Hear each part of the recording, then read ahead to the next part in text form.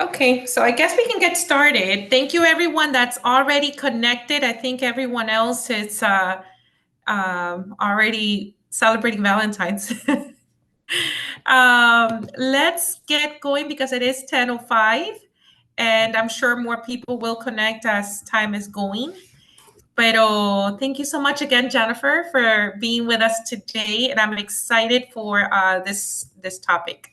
Adelante. Please let us know about you, your company. I know we've had you before, but it's always good to refresh who is with us today. Of course. Well, thank you, Jennifer, for inviting me. Of My course. name is also Jennifer, so it won't be hard for you guys to remember. And I am with Sunny Title. It is a title company owned by myself and my husband. One of the things that I enjoy doing the most, besides closings, of course, is teaching. So I love to be able to put on these trainings for my agents. And I've actually wanted to do a homestead exemption class for quite some time. And every time January comes around, it's like I don't get around to doing it. So Jennifer actually inspired me because she requested this class. So she inspired me to do the class. And I also did this class for a group of my agents yesterday.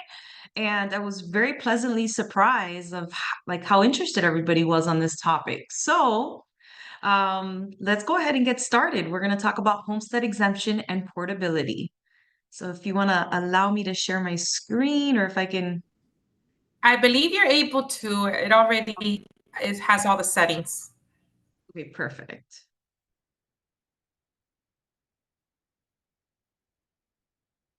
All right.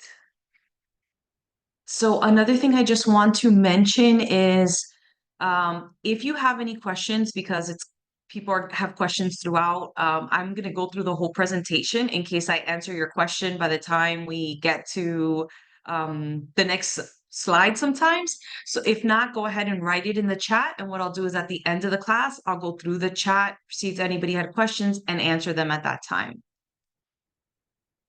Okay, so let's get started. Homestead exemption and portability, everything you need to know. As we all know, January and February are big months. Every realtor's posting. Don't forget to file for your homestead exemption. We all know the deadline is March 1st.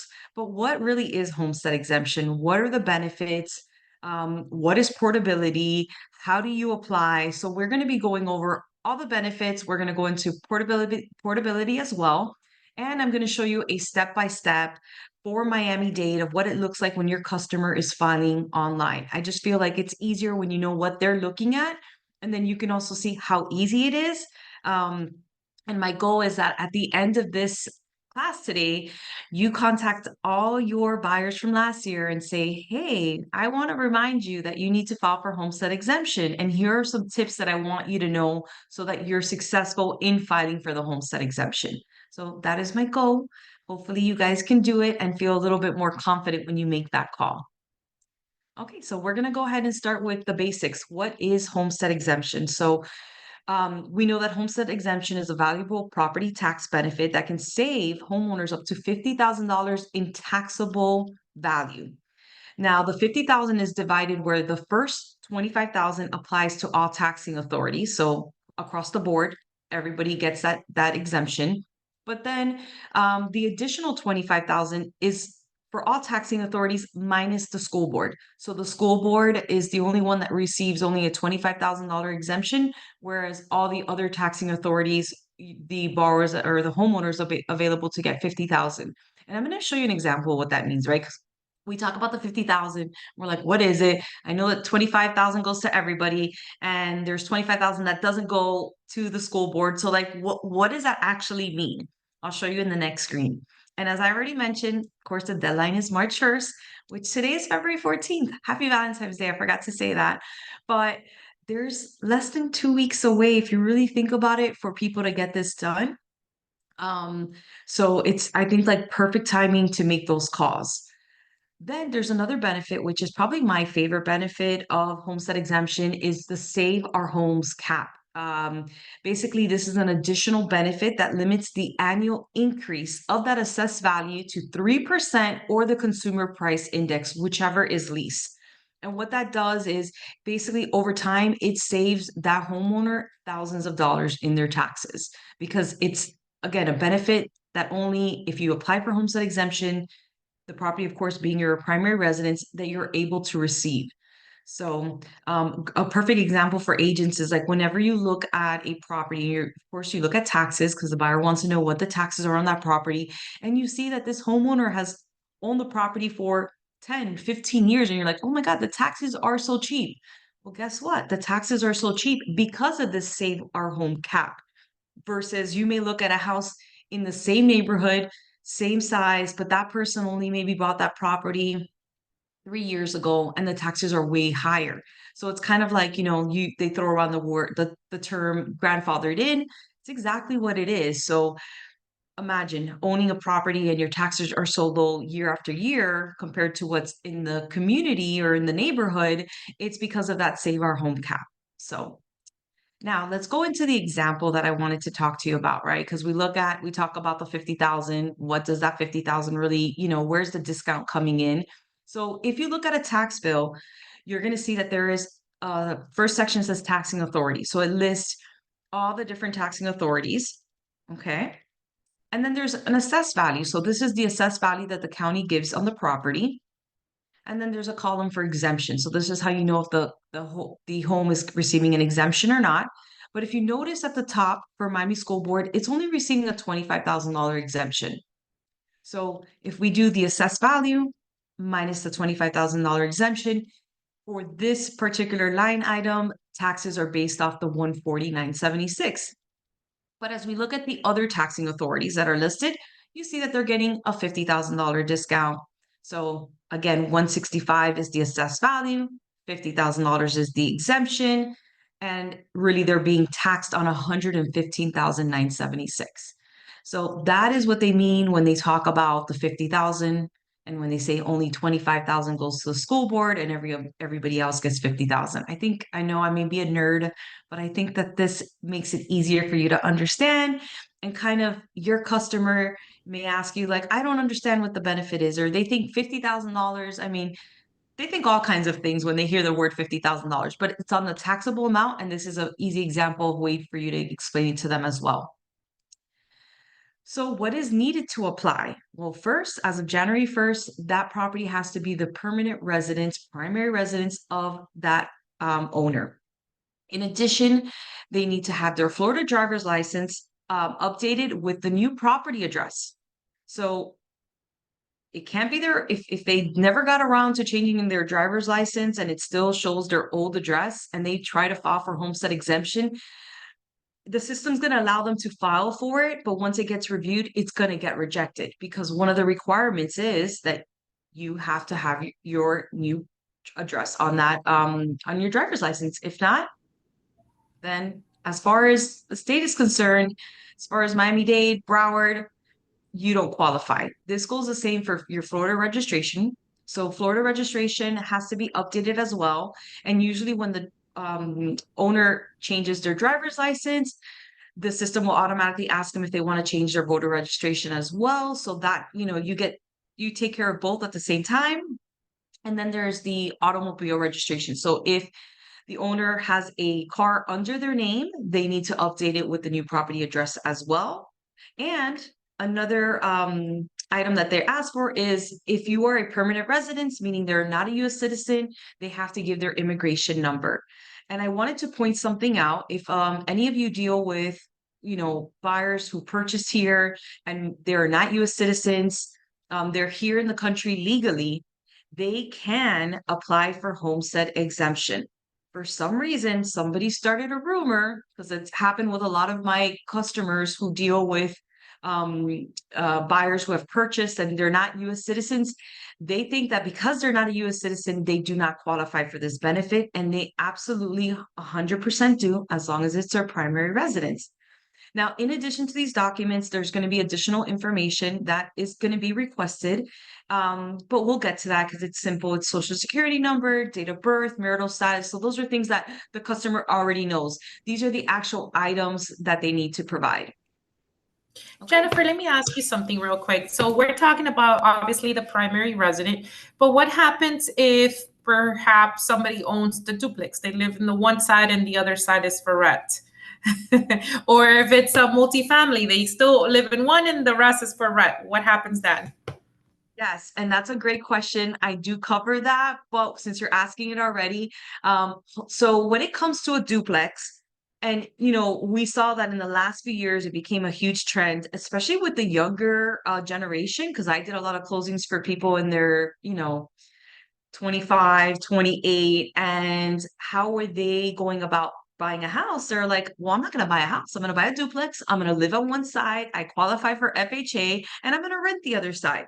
So what happens when it comes to homestead exemption is when it's a duplex, if you only occupy half of the duplex or one side of it, then you will be able to get homestead exemption on that side.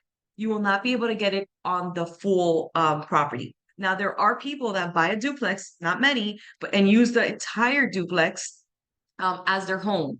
Funny enough, growing up, my aunt had a duplex and she just like used the whole entire home is what she lived in. She never rented it out. So in her case, she can apply for homestead exemption on the full property.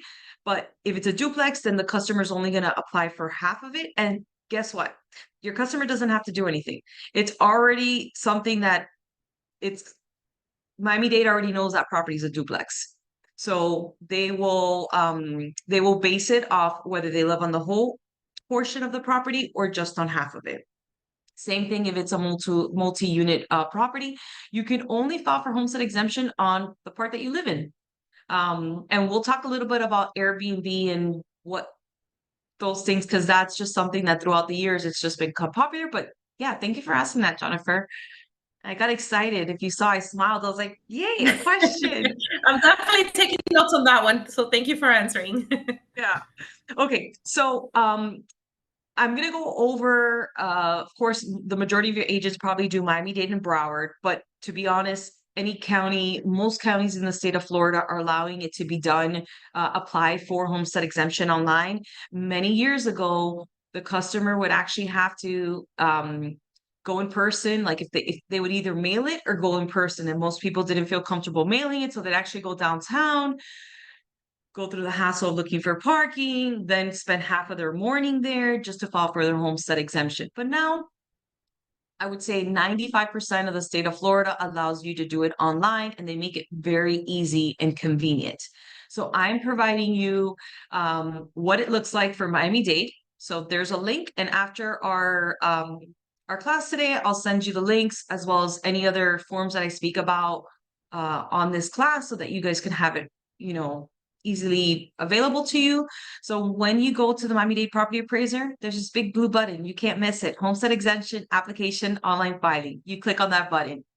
Broward County, same thing. They have it. You can't miss it. Homestead online. So this is what Dade looks like. This is what Broward looks like. Very easy. So we're actually going to be going through, excuse me, do a step-by-step example of what it looks like when you're filing online for a Miami-Dade property. Now, Miami-Dade and Broward, the websites look different. They definitely do. But as far as the process, it's very similar. The information, it's very similar. So if you see the Miami-Dade one, trust me when I tell you that Broward looks very similar as well. The information is the same because it's the same information that's required by the state of Florida. It has nothing to do with the county. It's the state of Florida is the one that mandates what documents are necessary for homestead exemption. Another thing I want to mention, because as you start calling your customers and you say, hey, don't forget, remember I told you at closing, you have to file for homestead exemption. They're like, oh my gosh, I totally forgot. What do I need to do? They also should have received a letter from the property appraiser's office with a paper application. So remember that when your customer purchases a property, those documents get recorded in the public records. The property appraisers alerted that there's a new homeowner, and they send out a letter to every single homeowner that closed last year and purchased a property and said, if this is your primary, you can apply online or you can file the paper application. They do not need to do both. In fact, they should not do both. They should pick one or the other. And my suggestion is obviously get it done online, because I'll walk you through the steps. You'll see it gives you a confirmation at the end, and you can even track it online. Whereas a paper application, I don't know how much faith I have in United States Postal Service. So I wanted to point that out. And it's funny because I've had a few clients call me from last year and I'm like, didn't you get a letter from the property appraiser's office? And they're like, yeah, I did, but I opened it and I kind of put it to the side and I really didn't know what it was about. So I'm pretty sure as you call your clients, they're going to be telling you the same thing. So here is what it looks like when you get into the homestead exemption application online for Miami-Dade. And it simply goes over, these are the items that you're going to need in order to apply. Now, I want to say it from the beginning, and it's one of my tips that I like to tell all my buyers is make sure that when you're applying, you, one, have gathered all this information, you have it ready to go. And once you apply, you've allocated, 20 minutes, 30 minutes maximum for you to actually start it from beginning to end because there is no save option. So if you start applying and then you get to like the third tab and now your kid needs help with homework and you stop and help them with their homework, once you get back it's timed you out and now you have to start it all over. So that's tip number one. Just make sure that when they sit down, they start it, they end it, and they give themselves 20 to 30 minutes to get it done, and of course have all these items ready. I did this example for you. I actually had a customer who called me and they needed help. And I said, if you don't mind, can you please come into my office and I will help you file it, but I need it to use it for a class. So I've taken out all their private information, but I really wanted to give you that step by step because it's so much easier to learn. Okay, so going on. When you get to this page, simple, choose tax year. That's easy. You're going to be filing homestead exemption for 2024 and enter folio number. So let's say your customer's like, I have no idea what the folio number is. Miami-Dade has done a great job where they say, hey, the first item you need is your folio number. You may locate your folio number using this link. So all they do is simply click on that link. They put their address, which takes them to the property appraiser, and they're able to obtain their folio number. So Miami-Dade does it super easy. Broward is the same way. Your client doesn't have to look for it. Like they can just click, it takes them to the page, and then they come back in and enter their folio number. So once they enter the folio number, they'll put apply now, and it takes you to the next tab. So if you look at the top of the screen, there's different tabs. So you have to, in order to get to the next tab, you got to complete the first tab. So that's why it's important to have all the information with you because it's not going to let you just go back and forth. Now, once you put in your folio number, it's going to appear here. And again, I've blacked it out to, protect my customers' privacy. And it's also going to list the current owners of record. So, if the owner was John Smith and Jane Smith, those are the two names that appear here. It's going to give them the mailing address, the property address. So your customers are able to verify, yes, this information is all correct. Now, let's say that they get to this page, which does happen, especially if they closed in December, and it's not their name. It's still the previous owner's name. They should not freak out because they do tend to freak out and say, oh my gosh, the house is not mine. It is yours. But being that you closed in December, it can take the property appraiser sometimes 2 months or so for them to update it in their system. And it just may have been that they haven't updated it. So let's say that they haven't. This is the first question it asks is the ownership record correct? So if it's not correct, they're going to select no. And then it simply tells you if your response to question number 1 is no, please enter your deed information below. If you don't have your deed information, because they're like, oh my gosh, I have no idea. They usually call the title company, or again, they can click on this blue link and they're going to be able to put their name and search the deed. Now, this is where you as an agent can really be valuable to your client. So if your client calls you and says, hey, I don't know, I don't know how to look up the deed. My information is not showing up. It's still showing the seller's name from the previous, owner. One, you can calm them down and say, don't worry, that's because we close in December, but let me help you obtain that book and page. If that's the case, they would enter the book and page here and the sale date, which is the closing date. So for most cases, if they didn't close in December, it should already show updated. Then it continues on to ask, do you have ownership of the property through a trust? So if they had the property under a trust, then they would have to put yes. If not, simply no. Is the mailing address shown above correct? So not necessarily does every customer use their property address as their mailing address. Some people like to say, well, I don't like to get my mail at home. I rather get it at my office, or I rather get it to a P.O. box. I've had a few buyers tell me mail it to my mom's house because my mom always will check the mail and she'll make sure if it's important that I get to it. So I think that's funny. It's happened to me in 2 occasions and I always crack up. So yeah, if they get it sent to their mom's address, that's where it's going to show. If it's incorrect, then they want to update it here. So that's nice. Then we go on to the second tab, or I should say third tab, who is applying. So they're going to select the person who's applying. Let's say it's John Smith, right? And he's applying. It's his job to get this done. So he's going to select his name. It's automatically going to generate over here in this section where it says first name and last name. And then he's going to fill out his information, his social security number, his date of birth, his marital status, his address and his phone number. Simple, simple, simple. Nothing complicated. These are all things that, he should know, hopefully. So then next tab is going to be Florida resident. So again, it's going to say, date of permanent residency at this property. So when did they, move into the property? When did it become their primary residence? That's the date. And, sometimes people don't remember, right? They're like, I don't know if I moved in on the 18th or the 20th. Honestly, it's as long as it's a good estimate of what they think they moved in, that will work. It's also asked them for their driver's license number. So notice it's asking for the driver's license number. It's not asking them to upload a picture of their driver's license. However, once the application is processed, the property appraiser's office is going to be able to look up that driver's license number and see if the customer has updated the driver's license to reflect the property address. And if they have not, then they will be denied for homestead exemption. It's also going to ask them for the issue date, vehicle tag number. So of course, if they have a car under their name, then they would put the vehicle information here. If they don't have a car under their name, because some people don't, then they just leave it blank. Click submit. It's going to go on to the next page. U.S. citizen. So this is what I was talking about earlier. Even if your client is not a U.S. citizen, as long as they're legal here in the country, they can apply for homestead exemption.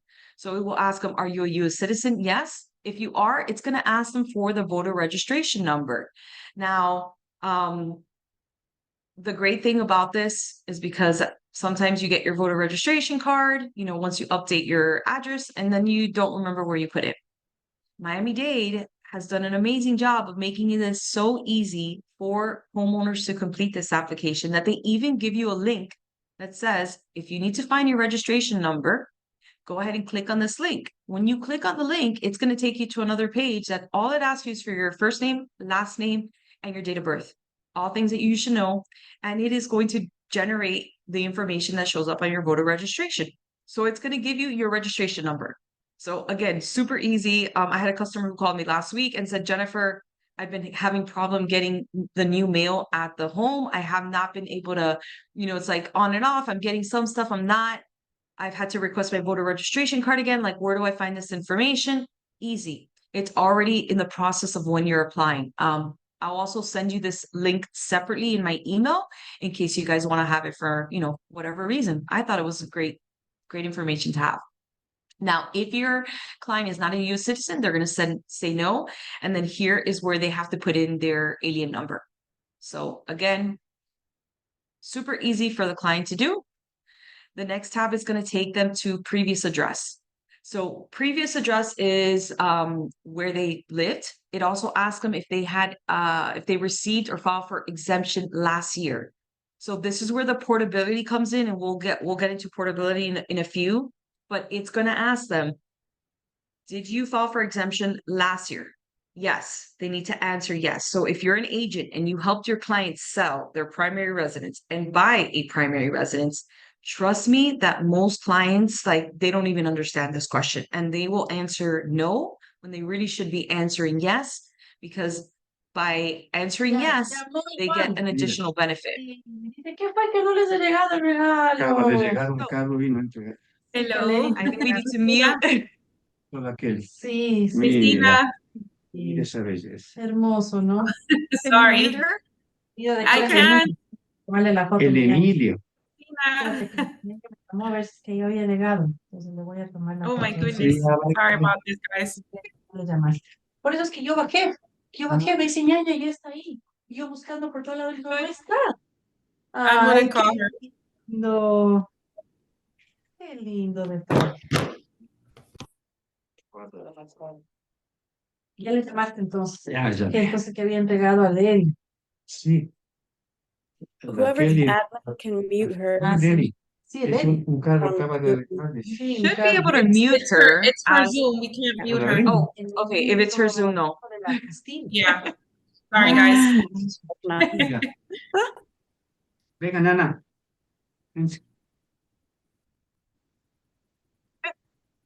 Okay, perfect. So, again, did they apply, did the applicant receive or file for exemptions last year? They have to say yes if they had exemption on a property, the previous year. And then do you wish to apply for transfer of homestead assessment difference, aka portability, within Florida only? I guarantee you, if you contact your clients, they have no idea what this question is about. So when you don't know what the question is asking you, automatically the first thing you do is put no, right? I mean, that's just human nature. So again, if you're an agent and you helped a seller sell last year and buy this year, then it's extremely important that you tell them for question number 15, you have to answer yes. So as long as they sold, of course, here in Florida, and they purchased another primary residence in Florida, they will be able to get this portability. If you have a client that moved from Florida to South Carolina, North Carolina, Tennessee, wherever it is, unfortunately, they do not get that benefit. It's only within Florida. And we will touch on portability next, because that's one question that I get all the time from agents. So again, previous address, if they have they have to list their previous address, and they also have to list their previous address or their last address shown on their IRS return. So this should be fairly easy. And then verify information. So it gives you a summary of all the questions that you answered so that you as the customer can kind of look at it again, make sure that you didn't do a typo, everything looks great. If you did, you can simply put edit and it's going to allow you to fix it. If you didn't, then you go on to the next screen, which is add applicants. So in most cases, right, we have a husband and wife who purchase a property. They're both on title. And it's usually somebody's job to do this homestead exemption, right? Like it's either the husband or the wife. It's important that if you have a customer that purchased husband and wife, that they don't assume that because they're married, they don't have to apply for homestead exemption on their spouse. They absolutely should. I mean, I cannot tell you or stress. I had this happen to one of my customers this year. The husband filed for the homestead exemption, and I had put something on my Instagram story, and the buyer reached out to me and said, Jennifer, my husband didn't apply for me. He said he didn't know how, like it didn't give him the option. He just did it for himself, but not for me. And I was like, I didn't want to, they're a very nice couple. I've worked with them on several transactions and I didn't know how to say it in a nice way. Well, yeah, he did it wrong. He should have definitely in this section did add applicant.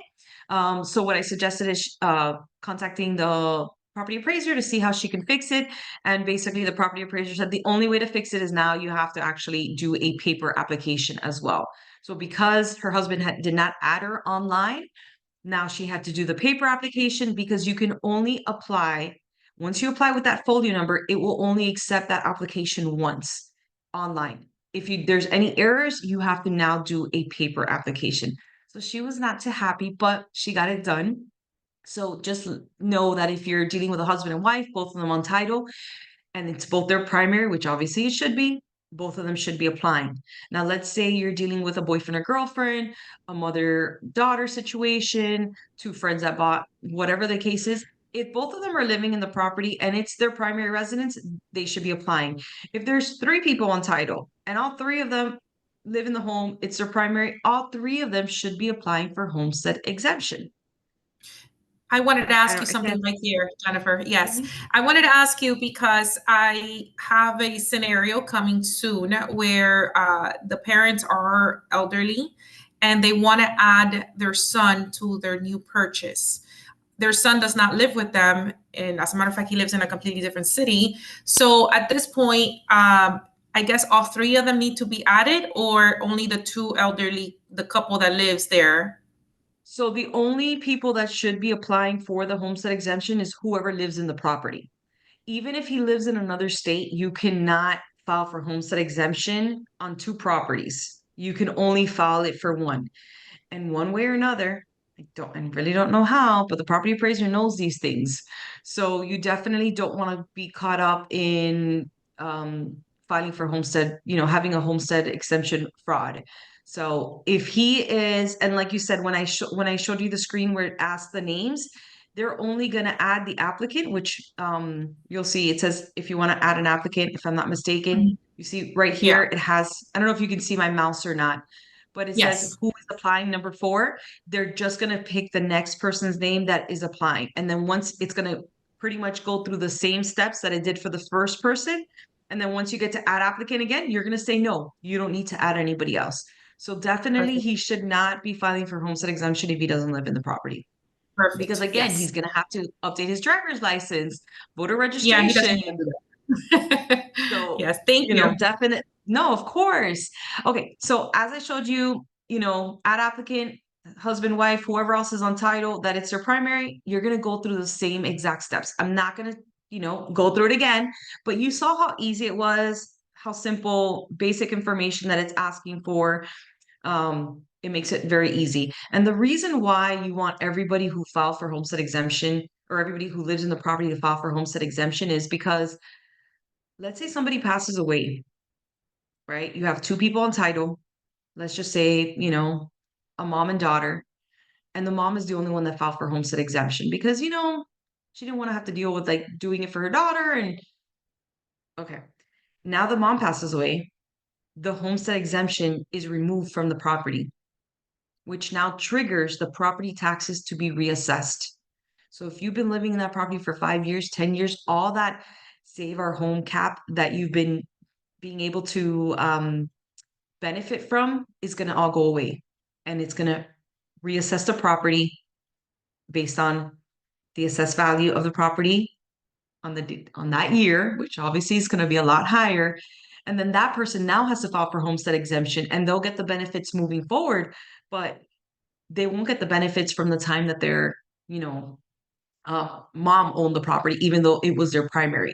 It is almost impossible to get the property appraiser, even if you show them proof, to change it. They're very black and white. You should have filed for homestead exemption. And every year you receive a renewal letter. And in the renewal letter, it says who filed for homestead exemption. Your name was not on there for 5 years, 10 years, whatever it is. I've seen this happen more than once before. And it's horrible because now you've been paying, let's say, $3,000 in taxes, and now it's been 10 years, and now your taxes went up to $10,000.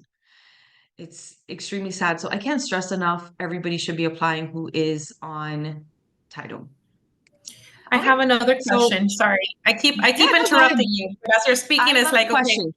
And I love honestly, the this is what questions. I'm asking from the team. It's like if they have any questions, interrupt, and then that way it's more interactive, right? So you did mention Save Our Homes cap, right? Now,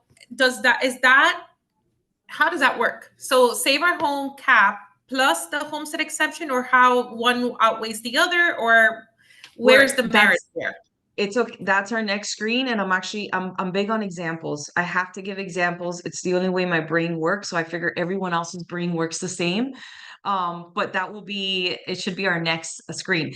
One thing, since we are talking about portability, as you see at the top of the screen, it said add applicant. Let's say we already added it.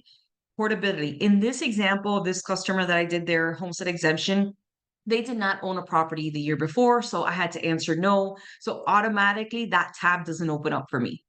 But if they said yes to question, I believe it's question 14 or 15, like, yes, I want to transfer my portability, then they would have put yes, then this little tab would have opened for them to now fill out with their previous address where they lived at. That is the only way that the county knows that you want to transfer it. Like, it sounds silly. Why are they asking me? Of course I want to transfer it, but it's one of their questions. And if you put no, this tab will not open and you will not receive that portability benefit. And it's my understanding that it's not like you can add it next year. Like it is what it is. It had to be added at the time that you filed for homestead exemption. So we'll talk about the benefits because I think it will sink in and make a lot more sense. But before we get there, there's this another tab that talks about attachments. So it says if there's anything else additional information regarding your homestead or the transfer portability, you can attach documents here. In most cases, I really never see a reason to attach anything. I did have a scenario where I had a customer, they bought in the beginning of the year with her fiance. So they were both on title. She still had her maiden name. And then before the year ended, they officially got married and now her name changed. So on title, she had, I don't know, let's just say her title appeared as Jane Smith. But now that she got married, it should be, I don't know, Jane Martinez. So when, of course, the property appraiser looks at her driver's license, it doesn't match. Her name on her driver's license and her name on title, for all they know, it's not the same person. So in this case, she added her marriage license. She added her old license and also her new driver's license, and she attached it as files here to show proof that she is the same person. So I thought that was a nice addition that Miami-Dade has, because sometimes there's weird scenarios and you need to be able to add documentation to explain it. And as you see, there's no space for you to write a note or a letter to Miami-Dade or Broward. It's just like, these are the facts, add them. So this attachment, I think it's great. So let's say you have nothing to attach, you're just going to put done, and now it's complete. So this is the confirmation that the application was submitted. I, of course, always say print it, have it for your records. It confirms the date you filed it, the time it was filed, your receipt number for each person that filed. And then one thing that I like to mention is that when you're filing for homestead exemption, you can only do the homestead exemption and portability online. If you have any additional exemptions, and they're all listed down here. So if you're over 65 with limited income, if you're a widow, if you're blind, if you're totally or permanently disabled, all these other exemptions that are listed, veteran, disabled veteran, so on and so forth, surviving spouse of a first responder, all of these have to be done through a paper application. So once you do it online, if any of these, if your customer qualifies for any of these, they have to then click on this link, which is going to give them the paper application that they have to fill out and send it in. I do not know why the property appraisers has not added a tab. Maybe it's way too many exemptions and it would be like too much, too much work for them to update their system to recognize that. But if you have a customer that they would qualify for one of these, it's additional benefit that they can get. It's more money that they can save. So the paper application is here. I'm also going to email it to you as part of the presentation so that you guys can have that easily available for your client. And it's a very simple application. It's honestly not complicated at all. So if we were to actually have done this, and when I did it with this customer, it took me from beginning to end less than 20 minutes. Less than 20 minutes. Obviously, I'm explaining it, I'm asking questions, but you see how simple it is. It's very simple. It can be done in no time, but your customers should not be waiting until March 1st or February 29th or February 28th. They should be getting that done today in case they run into any issues. So here is the paper application. So as you see, it's very simple. It's very straightforward. And this application, just so you know, it's for Dade, Broward. It is a Florida document. So regardless of where the property is located, this is the Florida document. There's not one for Broward or one for Dade. It's the same one. So this is the form. They have to sign it and send it in. If I were them, I'd probably take it in person just to be on the safe side. So another great feature, and I was not able to find this feature in the Broward website. So if any of you know, that would be great. I was only able to find it in Miami-Dade. So Miami-Dade has a way that you can track the status of your exemption. I mean, just like we track our packages, our Amazon, our generation loves to track everything, right? It makes us feel like comfortable. It makes us feel assured that it's getting done. So you want to go ahead and track your homestead exemption, and they make it very easy. You just put the folio number down here, you submit inquiry, and then here it is down here. So it shows you the folio number, the year that you applied for, the type of exemption, and then it'll tell you that the status is pending. I also called the property appraiser's office because I said, okay, this is great. We can track it here, but when do we officially know?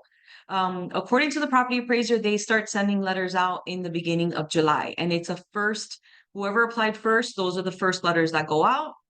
So I don't know, they weren't able to tell me how long it takes them to send those letters out, but I would say if by August you haven't received anything, contact the property appraiser just to make sure that that the application was approved, or if it was denied, what it was denied for, to see if you can get it fixed. So portability, this is what you were asking on, Jennifer. So it's one of these subjects that people they know that the word exists, but they don't really know what it is. So homeowners can actually transfer or port the difference between the assessed value and the market value from their previous homestead property. They also call this the homestead assessment difference. And it's up to 500,000. And we'll get into an example so that it makes a lot of sense. Homestead exemption does not automatically transfer to your new property. You actually have to, if you had homestead exemption on a previous property, you have to remove that property from homestead exemption. And again, every year, once you apply for homestead exemption, which you only do it once, every year from that point on, you receive from the property appraiser a renewal receipt letter. And that says, if this is still your homestead, great, you have nothing to do. If this is no longer your homestead, you need to fill this out and send it back so that you can remove the homestead from that property and avoid being penalized. Especially if you purchased a property, you still need to do the process of canceling the homestead exemption on the previous property and filing the homestead. Because again, Miami-Dade and Broward, they're gonna take whatever application you submit. But if you did not cancel the homestead exemption on the previous property, it's going to deny it and say, well, you still have homestead on this property. Is this no longer your homestead? So it's an added step that you don't want to have to worry about. So you definitely have to notify the property appraisers on that. And when it comes to portability or save our homes, the benefit is earned on the previous homestead property to the new homestead property. And beginning as of January 1st, 2021, if you're applying for a new homestead exemption and you held homestead exemption on your previous property, you can still get that benefit within the last 3 tax years. So not necessarily does everybody, sell in 2023 and was able to buy in 2023 for XYZ reason. But as long as they purchase within that 3-year tax year, they're fine.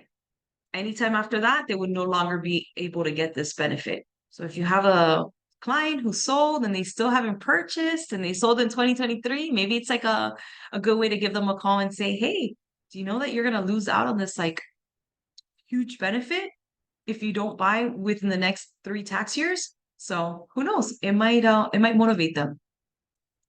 Here is an example. So I think the biggest question that I get asked is well, how does the portability work? How much is it? How do I know? Miami-Dade and Broward both have this information on their website. And I am not going to lie to you.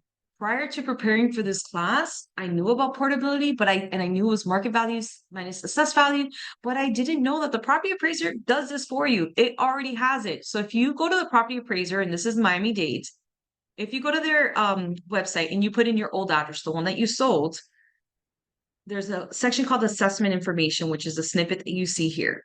It shows what in 2023 the market value was, and then it shows you what the assessed value was. So again, market value minus assessed value is your Save Our Homes cap. So if we do simple math, 463,067, which is the market value, minus the assessed value of 165,976, your Save Our Home caps, which again, Miami-Dade already does math for you. I love it. Tells you right here, Save Our Homes cap, $297,091. So up to $500,000 you can port. After $500,000, you can't. Your limit would be $500,000, but it tells you the amount right here. And this is going to be in addition to your regular homestead. So this is your Save Our Home cap. This is what's going to be transferred to that new home, an additional savings. So Broward does the same thing. Broward's website's a little different. If you go to the property appraiser, at the top, Broward has all these little, I don't know, little clip arts of a little house, a little money sign, and you're going to see one that says portability. You click on that and you fill out the little questions that it asks you, and it's going to tell you how much the amount of the transfer is going to be. Amazing. They make it so easy. These are tools that we probably go on the property appraiser all the time. I know I do. I never noticed this. So I was very excited about this. Now let me show you an example of what this looks like.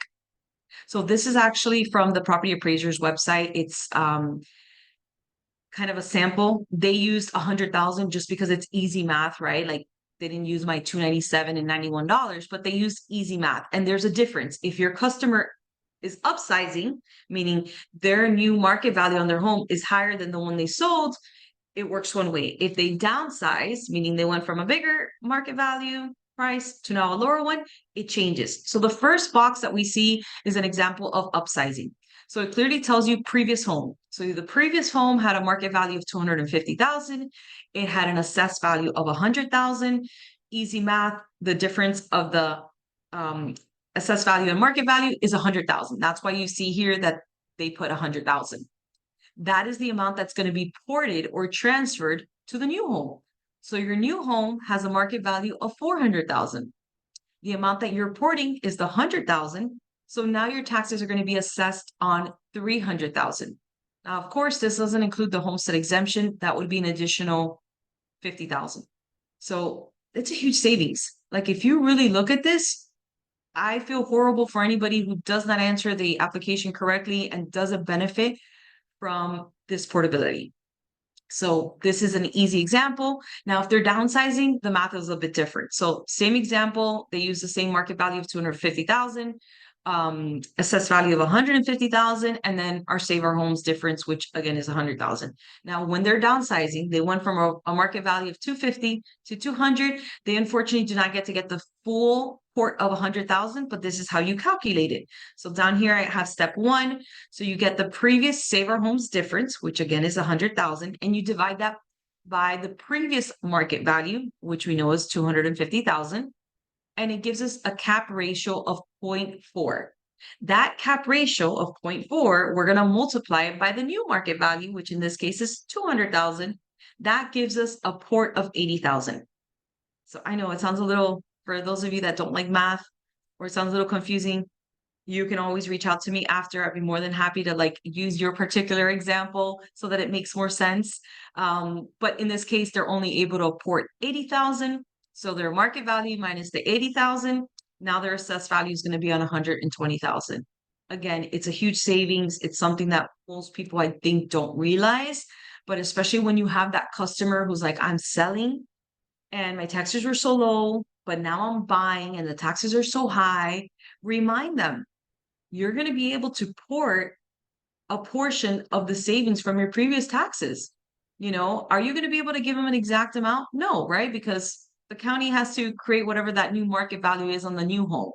But if they've been living there for quite some time, and again, you can look up their property. I already showed you where you can see what that amount is that's going to be ported. That's going to help in their taxes tremendously. So that's a good selling point for those of your clients that, I don't want to deal with higher taxes. Well, they're going to be higher, definitely higher, but they're not going to be as bad as they think.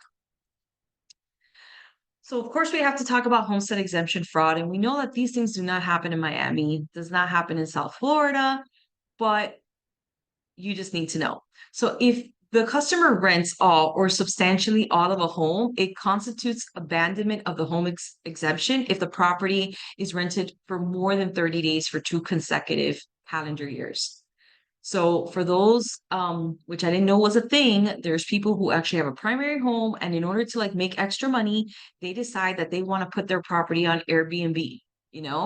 They go live with a family member over the summer for 2 months, and guess what? They Airbnb it, but that is more than 30 days. Now, if they do that for 2 consecutive years, then that would be considered an abandonment of their homestead exemption, so they can no longer receive that homestead exemption.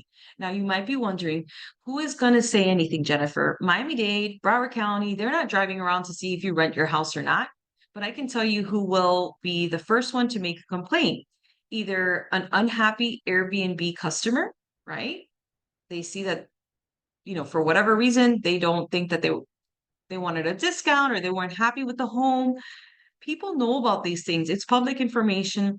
They know if the property is receiving homestead exemption, just like you guys can look it up, so can anybody else. And there's very savvy people out there. So they're like, oh, you know what? I'm going to go over to the property appraiser's website. There's a link that says file for if you know of any fraudulent homestead exemption, and they can file a complaint. And I can guarantee you that the property appraiser does look into this. They do take this very serious, and it's not a position that you want to be in. So, of course, if you're using your primary and trying to rent it through Airbnb, which apparently is a thing, definitely need to be very careful what they're doing.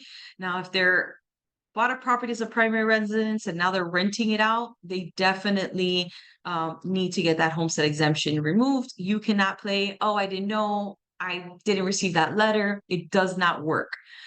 They will definitely penalize you. And just so you know what the penalty is, they can go up to 10 years back, 50% penalty, and 15% interest. It adds up, guys. I've had closings, plenty of them, where we pull title and this lien is filed, and somebody who should have removed their homestead exemption did it, and now at time of closing they're having to pay $15,000, $20,000 in penalties. It's not good, not fun. So if you have a customer who you know that has moved out of their primary residence because they decided to rent somewhere else, or they had a change in jobs, so they had to move, or temporary moving to another state, whatever it is, and they're renting out their property, make sure to remind them that they need to remove their homestead exemption. It's definitely these penalties are serious and they do add up. Now, tips that you should be sharing with your clients. This is a few tips that I wrote down for you so that when you're making those calls to your clients or reminding them to file for homestead exemption, you can have kind of like a little cheat sheet. Deadline to file is March 1st. You can provide them the list of the documents that they're going to need to apply. That way they make sure they have them ready. You let them know to set aside enough time to complete the application, right? Remember, there's no option to save and finish later, so make sure you let them know that. Also remind them that each person on title, who it is their primary residence, even if it's your spouse, must file for homestead exemption.